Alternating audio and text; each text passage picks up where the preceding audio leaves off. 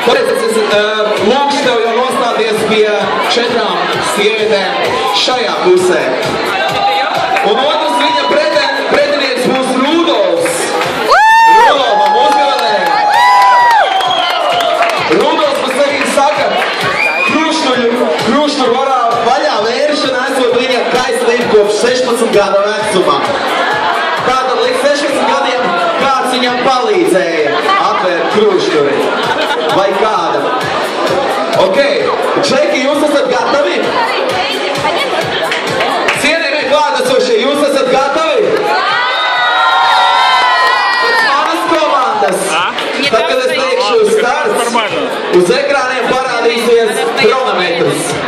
Tad, kad es teikšu stop, tas apstāsies. Mēs pārbaudām, vai mums uz ekrāniem kronometrs darbojās, uztaisam testu, darbojās, viss kārtībā. Apstādījām to.